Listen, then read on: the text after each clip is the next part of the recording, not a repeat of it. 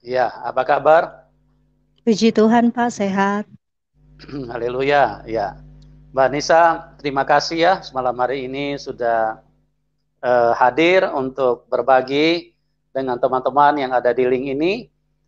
Apa yang telah Tuhan kerjakan di dalam kehidupanmu, bagaimana Tuhan Yesus datang memberikan peneguhan, memberikan sebuah damai sejahtera, penglihatan yang membawa kehidupan Mbak Anissa untuk bisa menjadi anak Tuhan dan bisa menjadi pewaris daripada kerajaan surga, dan itu adalah hal yang sangat luar biasa dan bisa dibagikan kepada kita semua pada malam hari ini dan akan menguatkan, memberkati kita semua.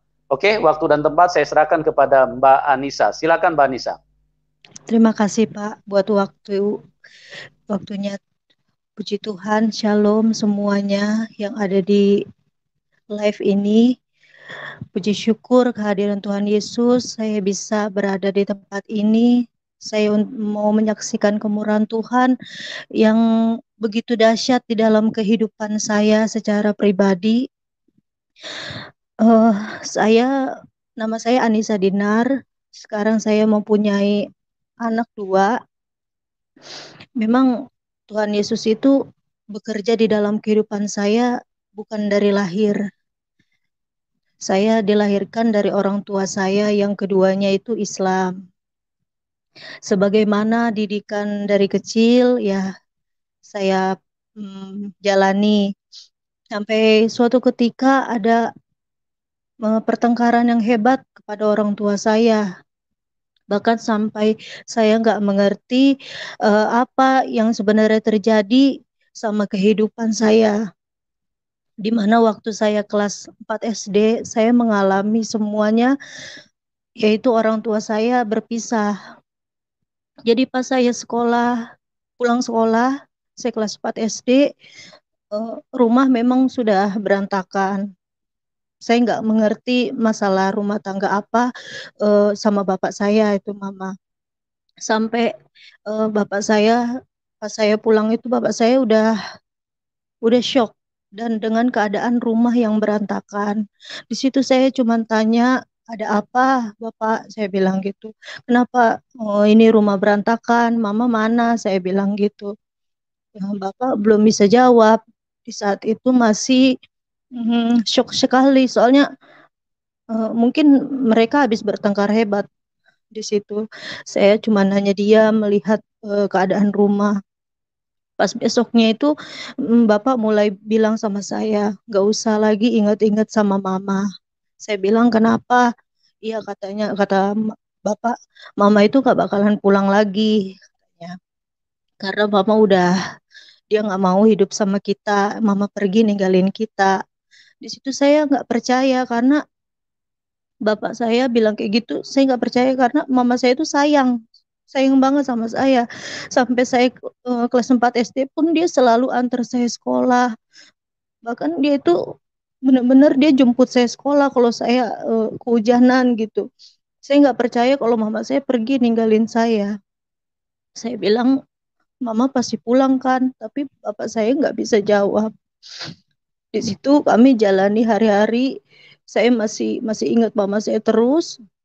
Kira-kira seminggu saya ditinggalin sama mama saya, ada orang datang yang bilang kalau rumah itu sudah dijual tanpa pengetahuan bapak saya. Di situ bapak saya shock banget sampai pingsan, sampai sakit. Saya di umur yang masih kecil nggak bisa melakukan apa-apa karena saya pun nggak mengerti harus harus gimana. Saya nggak ngerti harus ngadu sama siapa karena memang saya anak satu-satunya. Lalu keluarlah kami dari rumah kami ini dengan cara terusir ya dari rumah kami dengan membawa baju-baju seadanya yang ada di tas. Pergilah saya sama bapak saya eh, bopong bapak saya karena keadaan bapak saya sakit. Di situ saya nggak tahu harus kemana. Di situ karena saudara pun banyak tapi mereka tutup pintu semua, mereka nggak mau tahu apa yang terjadi gitu. Jadi saya bawa bapak saya itu ke pos ronda yang buat jaga malam itu. Disitulah saya bawa bapak saya karena keadaan bapak saya yang sakit. Di situ memang udah sesak nafas. Saya sampai bingung mau gimana untuk uh, bapak saya beli obat untuk makan. Di situ saya berusaha dengan pikiran saya ke warung nasi. Mungkin saya bisa cuci piring, bisa dikasih nasi buat makan saya sama bapak saya. Di situ saya langsung ke warteg, saya bilang, Bu, boleh nggak saya bantuin? Soalnya bapak saya sakit, saya butuh nasi untuk bapak saya bisa makan. Tapi puji Tuhan, di saat itu eh, yang punya warungnya ini baik sekali. Mungkin memang melihat saya kasihan kali karena masih kecil. Dia langsung kasih bungkusin nasi itu, terus suruh bawa. Saya nggak disuruh kerja apa-apa. Di situ saya berusaha untuk bawa bapak saya. Saya nggak tahu harus mau kemana di saat itu. Sampai akhirnya disitulah awal terbukanya kesengsaraan saya. Kenapa saya bilang kayak gitu? Karena posisinya saya nggak tahu harus mau kemana sama bapak saya. Saya harus bawa bapak saya kemana, saya nggak tahu. Saya masih kecil. Jadi ada tempat yang bisa berteduh. Sebentar ya kami berteduh. Karena pernah kami juga tinggal di pelataran masjid. Tapi kami nggak boleh lama-lama di situ. Sampai kami juga pernah tidur di kuburan. Tapi lama-lama jalan lagi kami, saya sama bapak saya. Sampai akhirnya bapak saya bilang, "Eh, jangan jangan ikut bapak," katanya, kasihan sama saya katanya. Kata bapak, kamu di pesantren aja karena bapak nggak tega ngeliatin kamu tidur di jalanan gitu, apalagi anak perempuan, kata bapak saya. Akhirnya dengan terpaksa saya nurut sama bapak saya untuk di pesantren. Padahal jujur, saya bener-bener nggak mau ninggalin bapak saya karena keadaan bapak saya yang nggak ada rumah, dia pun nggak tahu mau kemana. Saya di pesantren gitu. Tapi karena kata bapak demi kebaikan saya, diantarlah saya ke pesantren yang ada di daerah Bogor. Pesantren itu bukan pesantren modern, masih mengajarkan agama yang kental sekali. Tempatnya pun eh, sampai perbukitan-perbukitan, sampai nggak ada listrik, bener-bener itu yang pengajarannya tuh agama banget. Disitulah saya tinggal. Memang terpisah sama bapak saya selalu berdoa gitu ya buat bapak saya agar bapak saya bisa makan. Saya bilang dimanapun dia, bapak saya biar bisa makan, biar ada rezeki gitu.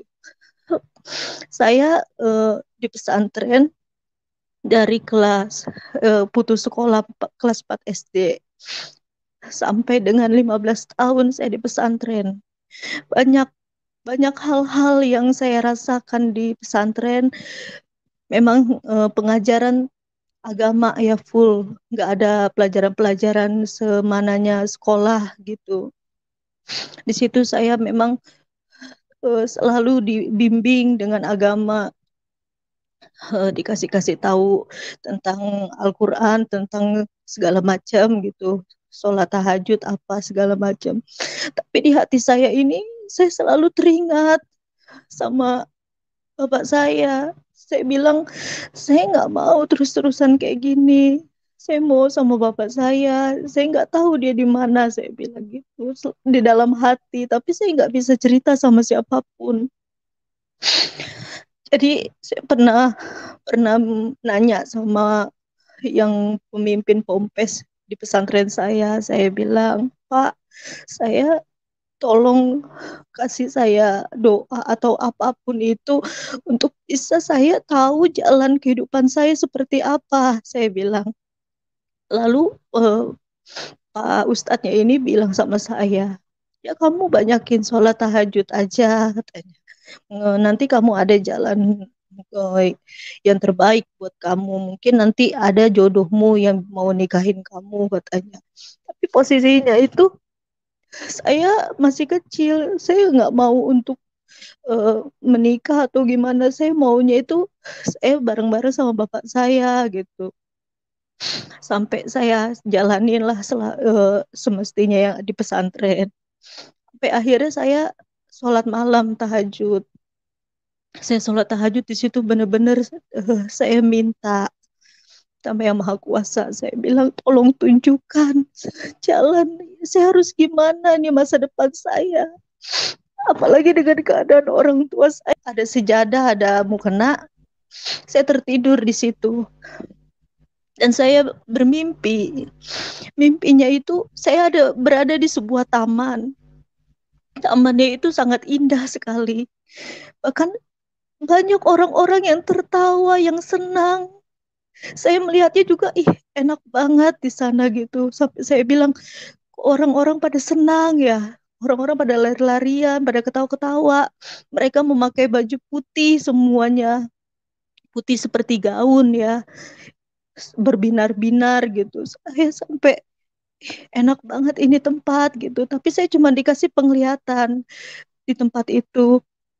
Sebenarnya saya nggak tahu apa itu maksud mimpi itu apa. Jadi ketika saya habis mimpi itu, saya memberanikan diri untuk tanya sama Pak Ustadz. Saya bilang, saya mimpi Pak semalam. Tolong Bapak bisa menjabarkan mimpi saya. Mimpi apa kamu? Katanya. Saya mimpi Pak di sebuah taman. Tamannya itu indah sekali saya bilang. Sampai saya bilang, saya nggak cuman hanya bisa kesenangan lihat lihat orang-orang tuh pada ketawa di sana, banyak sekali orang-orang gembira tertawa, main-main lari-lari gitu. Saya bilang gitu. Oh, kamu mimpi apa itu? Mungkin kamu berhalusinasi. Enggak, Pak, memang itu mimpi saya. Saya habis tahajud. Saya habis zikir, saya minta petunjuk, saya bilang. Tapi saya mimpi itu apa ya Pak? Saya bilang. Tapi ustadznya itu bilang, nah, kamu nggak ada itu mimpi, nggak boleh mimpi kayak begitu loh. Kok nggak boleh Pak? Iya, kamu tuh harusnya mimpinya itu dapat petunjuk yang lain, bukan ada di taman yang kamu ceritain gitu, katanya gitu. Pokoknya kamu nggak usah lagi lah berhayal-hayal, jadinya ke bawah mimpi katanya gitu. Sampai akhirnya saya nggak dapet petunjuk apa-apa dari Pak Ustadz ini. Dia nggak bisa menjelaskan mimpi saya ini apa. Akhirnya saya udah nggak nanya lagi, saya pendem aja di dalam diri saya. Tapi semenjak mimpi itu di hati saya ini makin gimana ya, makin penasaran apa sih, tempat apa sih itu, kok saya bisa mimpi, kenapa cuman mimpi aja, lain sama kenyataan di dalam kehidupan saya yang penuh dengan air mata. Saya bilang kenapa saya nggak ada di dalam mimpi itu sampai selamanya gitu. Saya dalam hati kayak gitu aja, saya mau tempat itu karena nggak, saya kasus yang saya jalanin sekarang ini, saya berat banget di hati saya. Apalagi kalau saya ingat kejadian mama saya ninggalin saya. Benar-benar itu bikin saya selalu membenci ibu saya. Sampai saya selalu kutuki dia, saya kata-katain dia. Karena gara-gara dia itu saya nggak sekolah lagi. Saya nggak bisa main-main sama teman-teman saya. Bahkan saya sama bapak saya harus tidur di jalanan. Saya selalu tanamkan kebencian itu sama mama saya. Bahkan setiap saya ingat sama kejadian itu terus saya jadi pemarah. Bahkan saya sampai dibilang kasar gitu ya. Pokoknya saya marah-marah dah nggak jelas. Sampai akhirnya ketika mimpi itu nggak ada yang bisa jabarin. Saya akhirnya memutuskan untuk keluar dari pesantren itu karena bukan karena mimpi itu sih sebenarnya, tapi karena saya mau ketemu sama bapak saya mau cari. Karena dalam hati saya ini, saya nggak bisa ini kayak gini terus, nggak bisa. Saya harus tahu masa depan saya gimana. Masa bapak saya di mana, saya di mana gitu. Saya maunya tahu bapak saya di mana, jadi saya bisa bersama gitu. Akhirnya saya minta izin sama Pak Ustadz dengan baik-baik untuk keluar dari pesantren.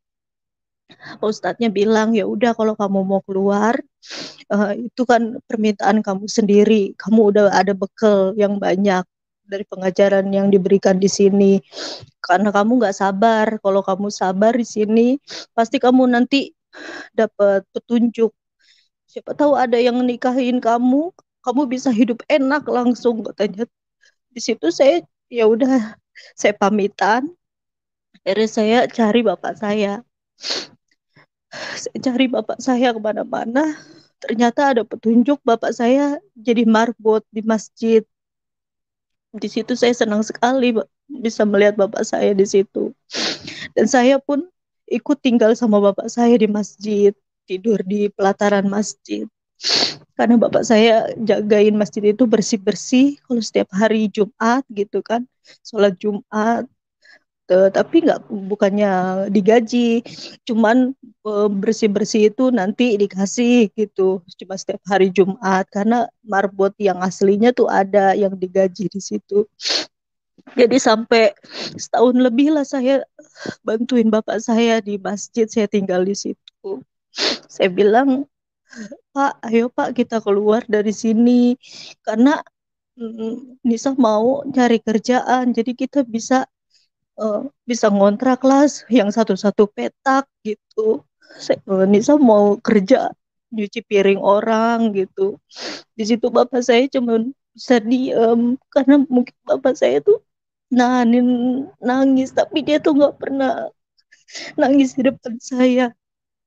Akhirnya saya keluar sama bapak saya dari masjid itu, saya pindah ke Cisalak, daerah Depok juga.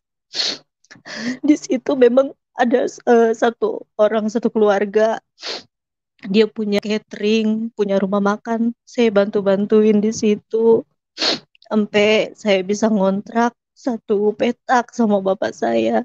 Saya bantu-bantuin bersih-bersihin atau uh, bantu-bantuin dia lah gitu kalau dia ada pesanan. Dari situ uh, saya masih bingung karena pasti saya ini nggak ada masa depan, siapa yang mau gitu sama saya karena posisinya saya juga ya hidupnya kayak begini, siapa yang mau temanan sama saya.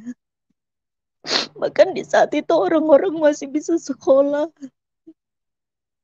tapi saya nggak ngerasain, saya nggak ngerasain masa-masa sekolah. Tapi biarlah, yang penting saya bisa hidup sama bapak saya bisa makan nggak makan, tapi saya bisa bareng sama bapak saya. Dan nggak lama dari saya masih bekerja itu, saya ketemu sama laki-laki, yaitu yang menjadi suami saya sekarang sampai saat ini. Awalnya saya juga nggak mau ya, karena saya takut. Karena takutnya itu cuma dimain-mainin aja. Di situ saya masih usia 16 tahun. Eh, saya bilang, saya nggak mau pacaran, saya takut. Tapi ternyata eh, laki-laki ini, suami saya ini, dia serius untuk menikahi saya. Karena saya belum punya KTP, jadi zaman dulu itu kan kalau ngurus KTP bisa gampang ya di RT gitu. Jadi dituain lah umurnya. Saya bilang, saya tahu kalau dia itu Kristen. Saya bilang, terus gimana, saya nggak mau. Saya harus tetap nikah secara agama saya bilang sama dia. Tapi dia dengan proses yang panjang, akhirnya dia memutuskan untuk menikah sama saya secara Islam.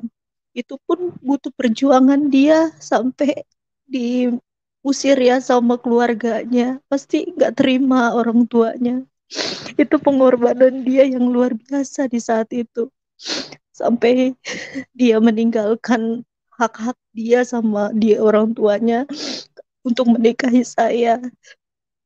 Padahal saya ini cuma apa, saya nggak punya apa-apa.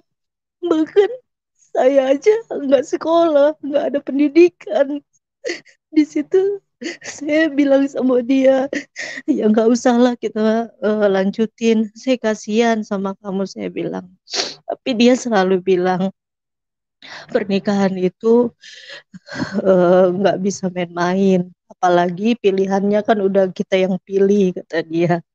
Di situ dia memberanikan diri, dia siap untuk menikah sama saya secara Islam.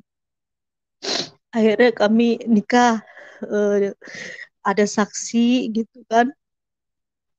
Terus ada kakek saya, ada bapak saya. Kami menikah secara Islam, menjalani dengan dua agama dalam rumah tangga. Sampai kalau saya malam, saya ngaji, saya sholat gitu. Dia baca Alkitab kalau pagi, bahkan dia ke gereja hari Minggu, saya di rumah. Begitu berulang-ulang sampai pada akhirnya itu saya didatangkan sama Tuhan itu ketika anak saya di perut ya, lagi hamil itu usia 7 bulan. Di usia 7 bulan anak saya di kandungan ini, di situ sudah mulai ada tanda-tanda. Saya lama-lama, suami saya kan baca firman, saya pengen mengetahui gitu, pengen mengetahui apa sih. Tapi kok kalau setiap saya dengerin, eh, itu bikin tenang banget di hati gitu. Saya juga ada pengen tahu gitu isinya apa.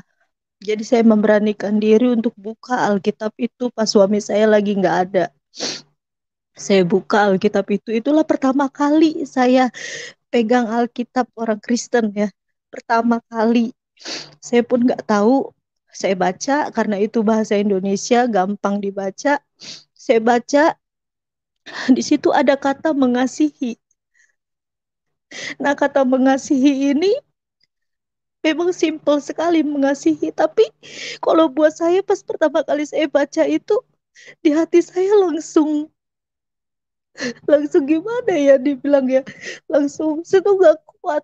Langsung saya bilang, kok mengasihi ini apa ya, saya bilang gitu.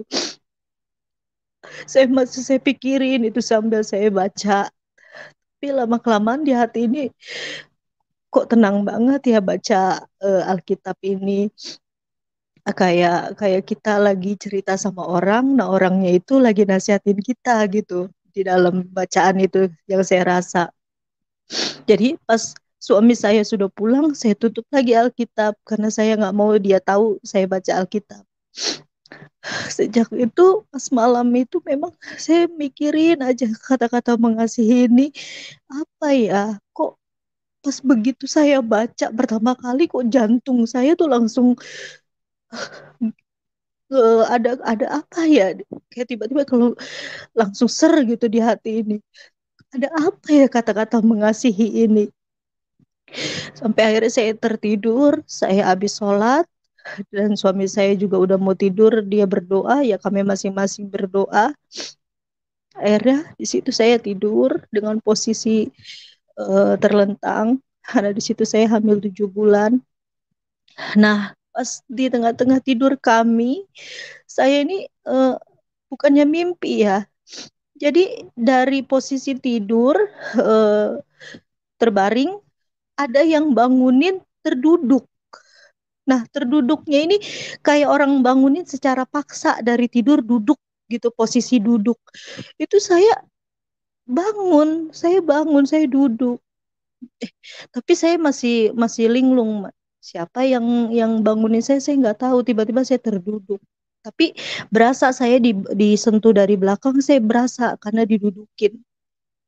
Lalu pas saya masih duduk itu ada sebuah sinar dari jauh. Nah, sinar itu lama kelamaan maju ke depan, nggak bisa saya lihat karena eh, terlalu apa ya, terlalu silau sekali di mata sampai saya nggak berani buka mata, saya tutup, saya nunduk. Makin ke depan, makin di hadapan saya itu luar biasa cahaya ini. Saya juga belum tahu di saat itu ini apa ya. berpikiran di dalam hati, apa saya ditemuin setan gitu, karena kan saya kan nggak tahu sama sekali hal-hal kayak gitu. Jadi begitu sinar itu dekat, dekat sekali dengan saya nunduk, saya nggak bisa lihat, ada suara di dalam sinar itu. Ada suara yang berkata, "Hai anakku yang kukasihi, engkau sudah kupilih." Ada suara yang seperti itu. Saya nggak ngerti itu siapa yang datang waktu itu. Saya nggak tahu apa maksud eh, sosok itu yang datang. Di situ saya cuma terdiam dan tiba-tiba saya menangis. Menangis sampai saya mungkin kalau tetangga tahu saya teriak-teriak kali. Saya nangis karena apa, saya diingatkan selama ini saya menyimpan dendam sama ibu saya. Selama ini di hati saya tuh selalu marah kalau setiap saya ingat ibu saya. Saya nangis sepanjang malam itu. Sampai tiba-tiba ada angin tertiup di atas kepala saya. Kayak ada yang niup. Itu memang berasa banget. Sampai adem gitu di kepala saya. Di situ saya langsung, di hati ini kayak yang tadinya berat gitu di hati. Tiba-tiba kayak kayak plong gitu. Dan saya juga eh, nggak mengingat mama saya lagi. Kalau kalau saya ingat kan biasanya saya marah, tapi ini kalau saya ingat, saya ya saya udah biasa aja gitu di saat itu. Pas udah cahaya itu mulai redup ke belakang perlahan, akhirnya hilang dan saya melanjutkan tidur saya. Dan keesokan paginya saya memberanikan diri untuk bertanya sama tante dari suami saya karena dia kan Kristen. Saya nanya, "Tante, saya semalam itu mimpi." Tapi tapi bukan mimpi, saya benar-benar dibangunin dan terduduk, saya bilang. Saya ceritain, ada cahaya yang datang dan ada suara. Saya ceritain semuanya. Kata tante saya, "Oh puji Tuhan, kamu itu udah dipilih sama Tuhan. Tuhan Yesus sendiri yang datang sama kamu," katanya. Awalnya di situ saya masih nggak tahu apa-apa. Masih saya diam. "Oh gitu ya tante," saya bilang gitu. "Iya, tapi kamu harus mantapin hati kamu dulu, karena di Kristen itu nggak boleh ada paksaan. Itu harus dari diri kamu sendiri." Terus nggak lama dari situ saya pulang, saya berselang dari mimpi apa yang saya rasain itu, saya makin makin tenang di hati saya ini. Jadi saya rasa kok kayaknya beda banget ya selama saya mimpi itu, sampai saat saya udah mau 8 bulan ya usia kandungan saya entah kenapa langsung bilang pas suami saya mau pergi ke gereja, saya bilang, "Saya ikut ya," saya bilang gitu. Dia pun kaget karena nggak pernah-pernahnya saya mau ikut kan. Dia kan emang nggak pernah sama sekali eh, bilang sama saya untuk di Kristen, nggak pernah sama sekali dia tuh mengajak-ngajak saya. Bahkan dia selalu mengingatkan saya gitu kalau saya belum sholat atau apa gitu. Di situ saya, tak kenapa saya bilang saya mau ikut ke gereja. Emang awalnya saya mau tahu di dalam gereja itu seperti apa, ngapain aja gitu. Di situ saya pengen tahu. Berangkatlah saya sama suami saya ke gereja suami saya. Di situ saya duduk dengerin puji-pujian ya, karena saya kan nggak tahu waktu itu. Nah, puji-pujiannya ini saya dengar sambil saya duduk, saya tutup mata. Kok enak banget di hati ini ya. Saya sampai nangis gitu, walaupun saya nggak ngerti di saat itu kan. Kok puji-pujiannya ini menyentuh banget, bikin ada kelegaan di hati gitu. Sampai saya bilang sama tante saya, "Apa yang saya rasain ini tante ya, kok luar biasa banget di hati saya. Kamu udah mulai terjamah sama Tuhan. Tinggal kamu lebih memantapkan lagi," gitu kata tante saya. Dan pada akhirnya Bapak Gembala yang ada di gereja itu bilang kalau ada yang mau didoain maju ke altar. Karena saya nggak tahu tata cara di gereja itu sama sekali, ya tiba-tiba kata tante saya, loh kamu ngapain maju? Katanya gitu. Saya nggak tahu, tiba-tiba saya maju ke altar, saya sujud gitu. Saya didoain di situ sama Bapak Gembala di situ. Nangislah saya sampai sampai saya udah mau jatuh karena takut. Saya kan lagi hamil besar, pada pegangin saya nangis di situ didoain. Saya langsung di hati langsung bilang saya mengampuni mama saya mengampuni dia, saya lepaskan semua amarah saya dan kebencian saya sama bapak saya, walaupun dia sudah pergi ninggalin saya, sehingga saya nggak bisa sekolah, sehingga saya hidup sengsara. Saya memaafkan mama saya. Di situ di hati saya ngomong. Dan saya habis didoain sama Bapak Gembala itu. Bapak Gembala bilang, ini ada Alkitab, kamu baca. Dan kalau memang kamu sudah mantap, kamu datang lagi ke sini untuk dibaptis. Pulanglah saya dengan mau melahirkan, itu kan dari 8 bulan udah mau siap-siap melahirkan. 2 minggu setelah saya habis dari gereja itu, sambil saya baca-baca Alkitab, saya berpikir langsung, ketika saya baca Alkitab saya ada ketenangan, kayak lagi curhat sama orang tapi orang itu nanggapin kita gitu. Terus kalau kita di gereja, saya ngerasain puji-pujian itu kok tenang gitu. Jadi saya yang belum pernah saya alami selama kehidupan saya yang belakang, yang waktu dari saya kecil, itu beda banget yang saya rasain. Kok cuman kayak gini aja saya bisa tenang ya di hati. Saya bisa maafin mama saya bisa ngontrol diri saya gitu. Akhirnya saya bilang sama suami, saya mau ikut Tuhan. Saya mau ikut Tuhan Yesus, saya bilang. Karena kehidupan saya ini udah tenang sekali. Saya bisa mengampuni, saya bilang. Banyak perubahan di dalam hati saya. Akhirnya kata suami, kamu benar-benar, kamu harus minta izin dulu sama bapak kamu, katanya. Akhirnya saya memberanikan diri izin sama bapak saya. Saya pasti udah ngira kalau saya bakalan dibenci sama bapak saya. Karena orang tua mana kan yang mengizinkan anaknya itu untuk pindah agama. Pasti nggak ada yang terima. Tapi bapak saya ini kebalikannya.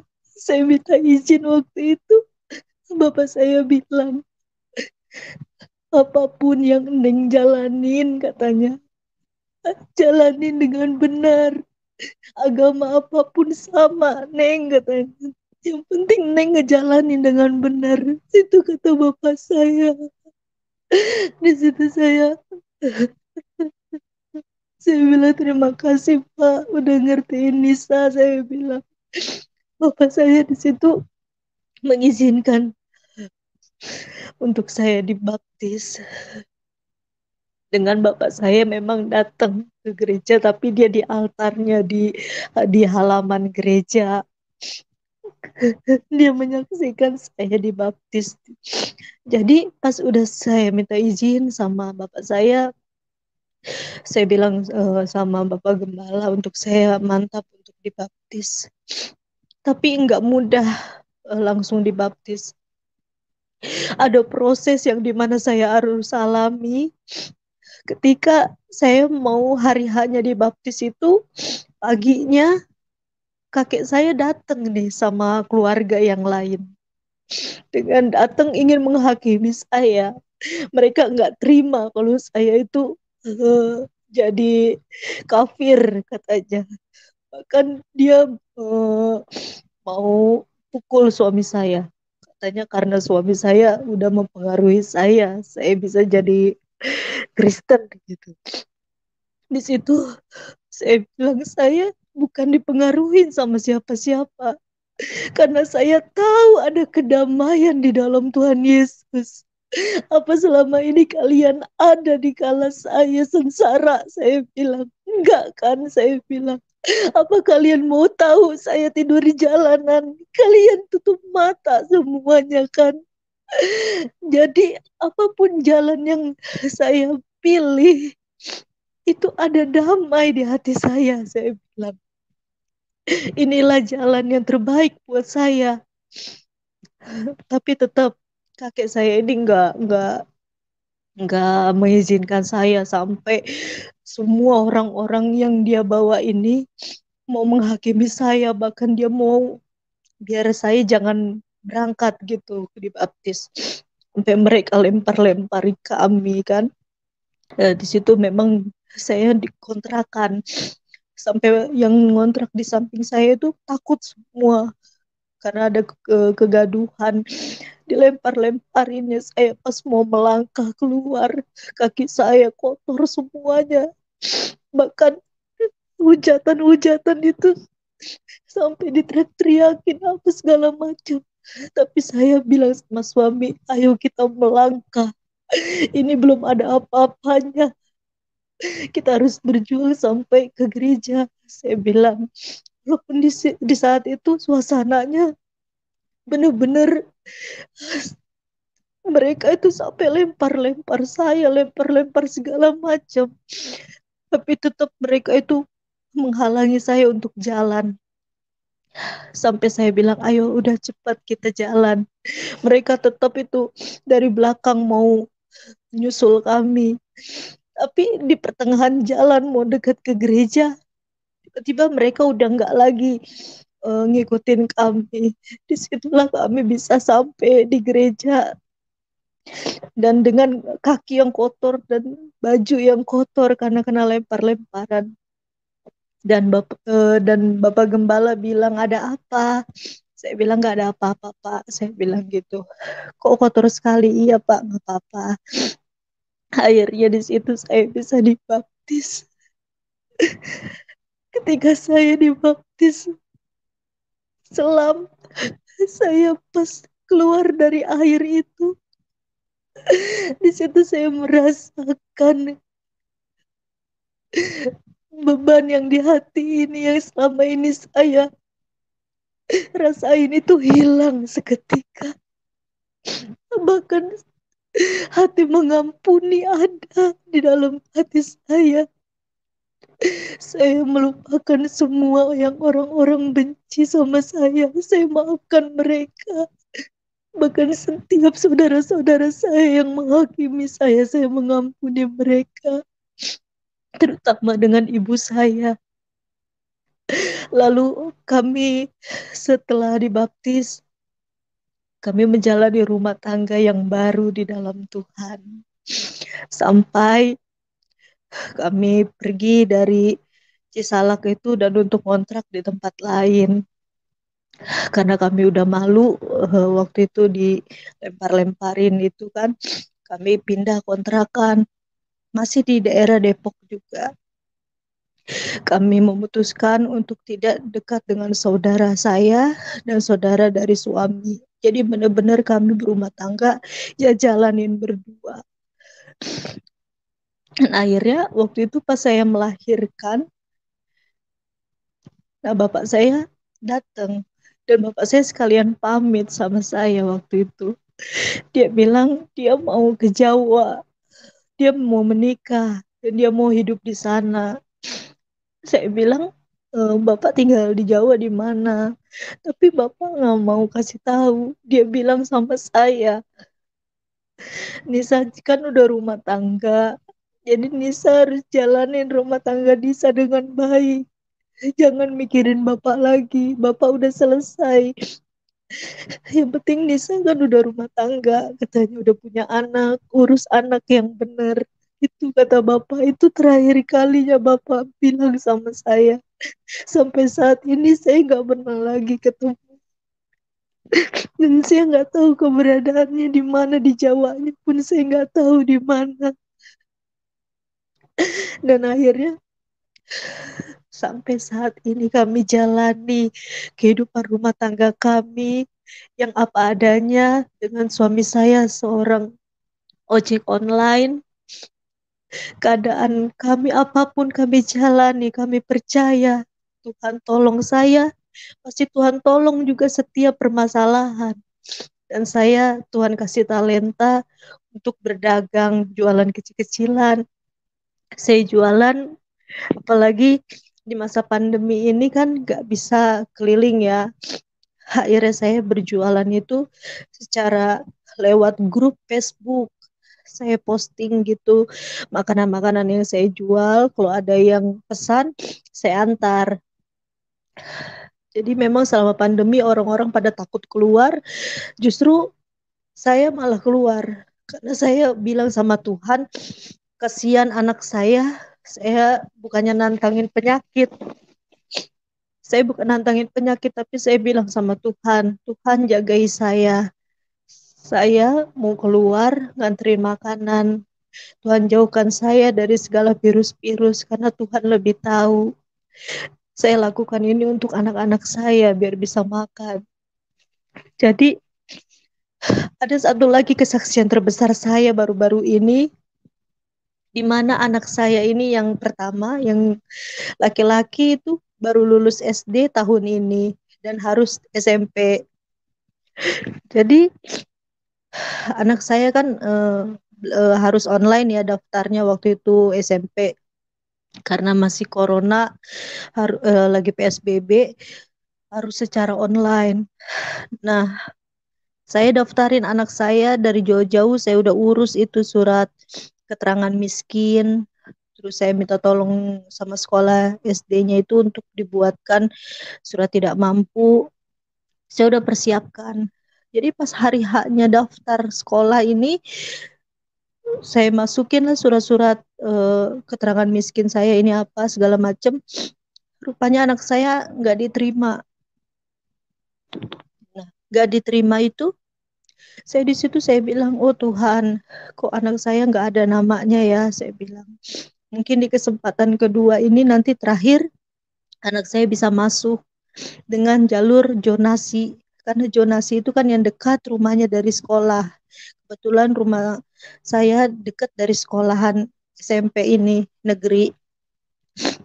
Lalu saya daftarin anak saya ini. Yang terakhir kalinya gelombang itu ketiga itu, saya bilang Tuhan, izinkan anak saya bisa sekolah. Jangan jangan kau biarkan anak saya nggak sekolah. Saya bilang. Saya daftarin jam 12. Nah, jam 12 malam itu sudah daftar, anak saya ada namanya. Di situ saya senang sekali. Saya bilang, oh Tuhan terima kasih ini udah ada nomor dari sekolah gitu anak saya. Anak saya pun senang sekali. Dia bilang, aku masuk ya mama katanya. Saya bilang, iya nak kamu sekolah udah ada nih nama kamu. Saya bilang. Ternyata pas paginya rupa-rupanya itu masih proses.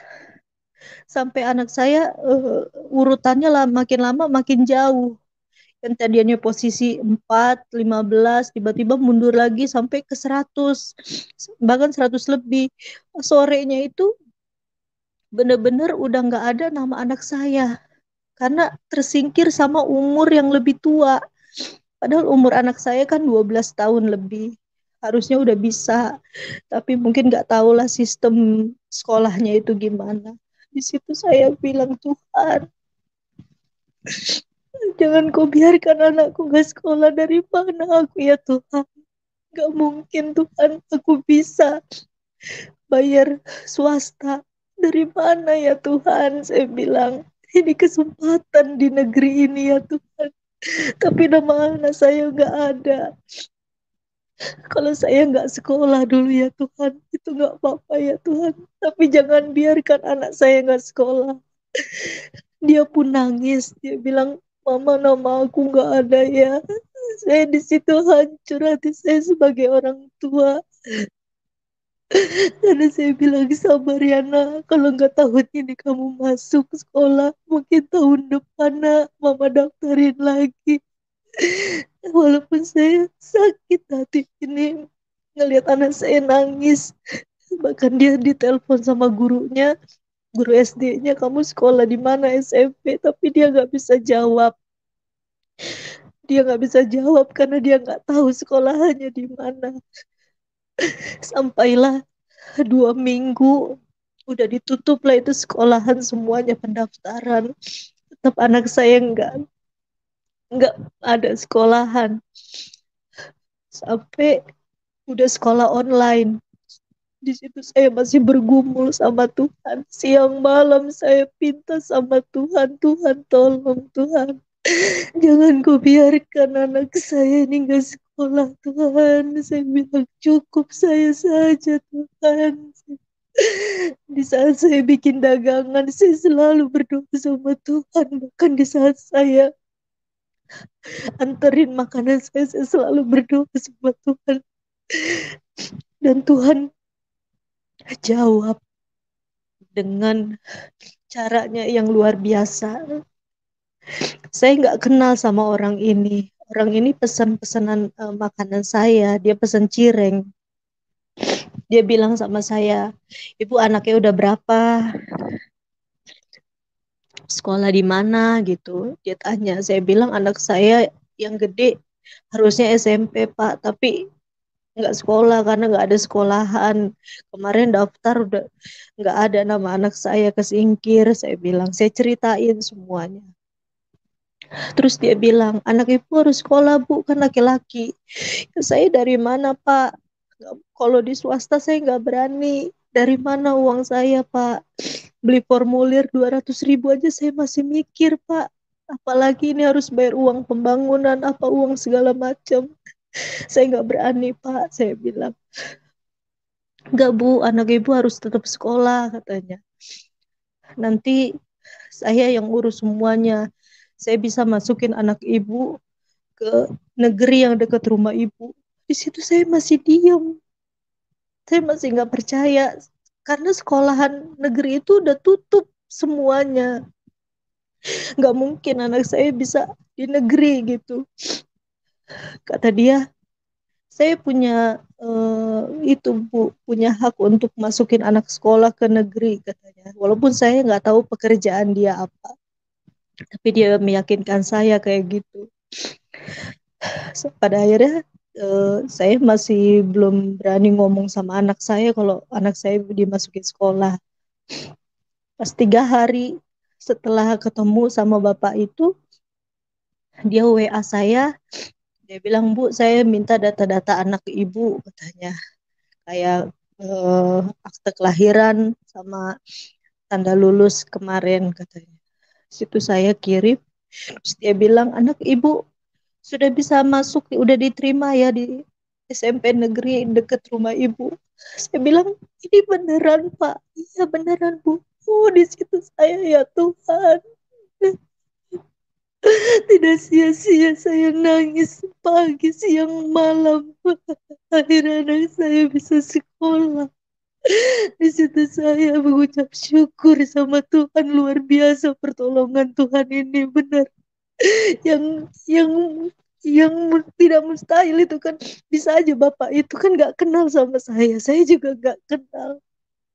Tapi jalannya Tuhan itu luar biasa menurut saya. Dan saya bilang benar Pak anak saya sekolah. Iya Bu benar.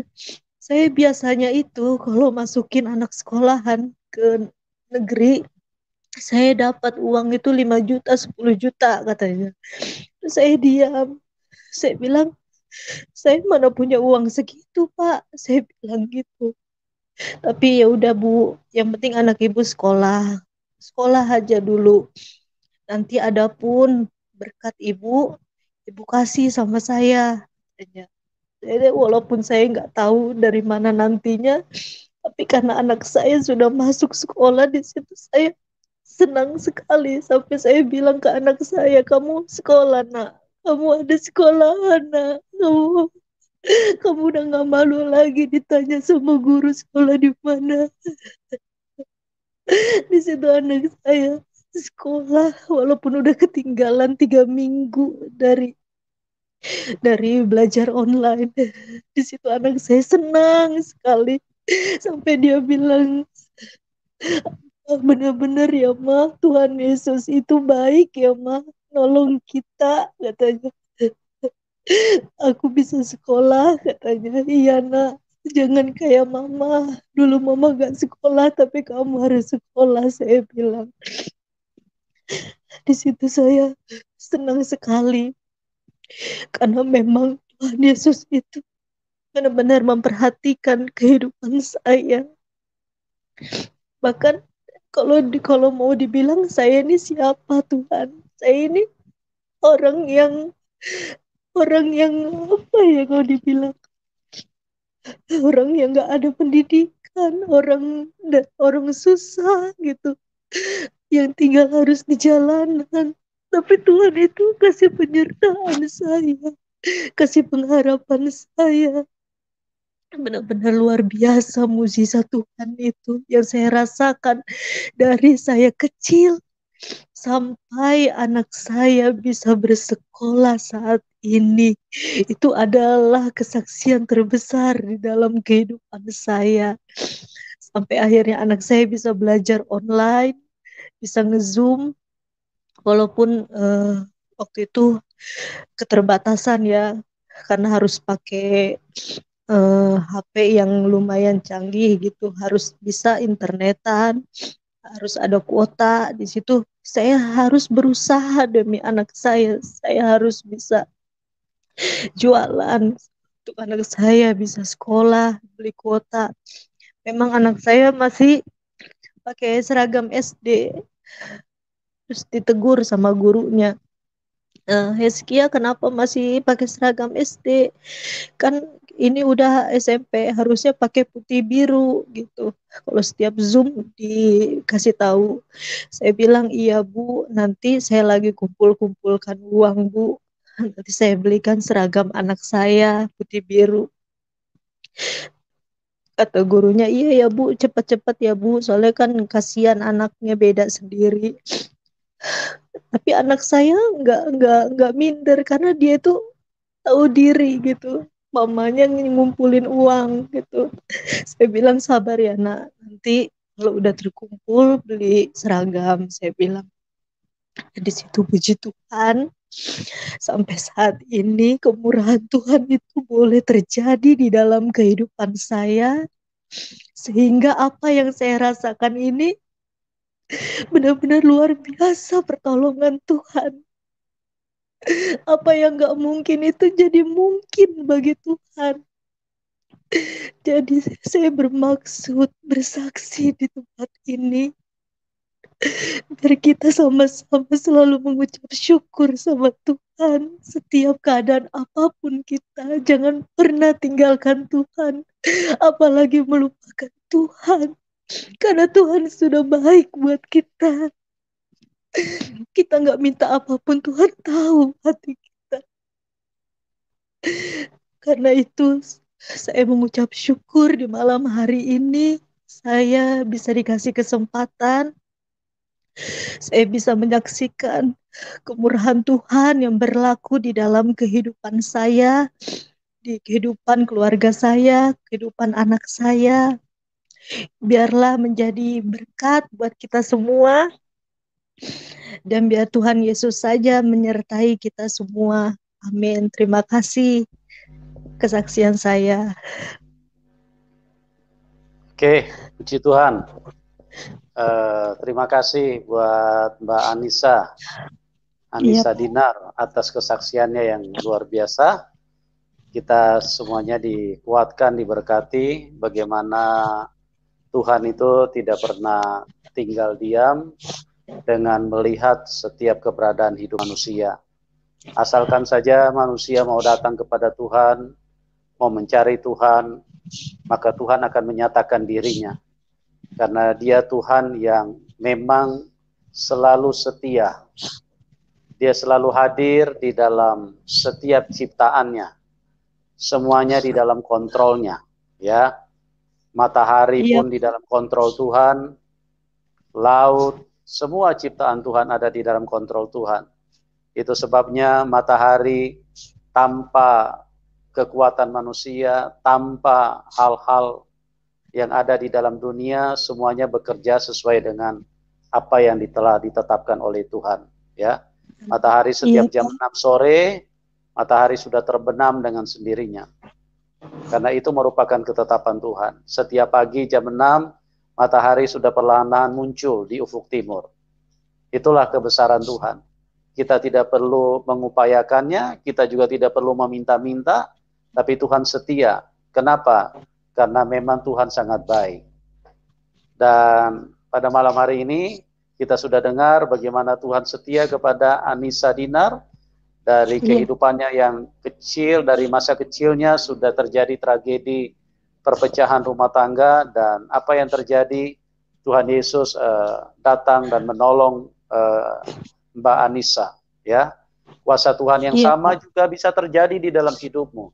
Kalau engkau mau datang kepada Tuhan dan mau berkata, Tuhan, nyatakan dirimu kepadaku, hampirilah diriku, aku butuh Tuhan yang sesungguhnya yang menciptakan diriku, maka Tuhan Yesus pasti akan menyatakan dirinya kepada Anda. Teman-teman yang mau mendukung Ibu Anissa, silakan ya, di bawah layar YouTube kami sudah cantumkan nomor rekening beliau. Ya, silakan kita dukung supaya Ibu Anissa bisa eksis di dalam perjalanan imannya, dia bisa terus bersemangat untuk menjadi saksi Tuhan. Ya, terima kasih buat semua yang sudah bersama-sama di dalam link ini. Doa kami buat Anda semua diberkati Tuhan dan bisa masuk di dalam rencana dan kehendak Bapa di surga. Dan juga bagi yang belum mendapat kesempatan berdiskusi pada malam hari ini, kami arahkan untuk ke program selanjutnya. Kami mengasihi Anda semua, kami sangat respect dengan semua teman-teman yang ada di dalam link ini, dan tetap semangat, dan Tuhan Yesus memberkati kita semua, dan salam kemenangan buat kita semua. Amin.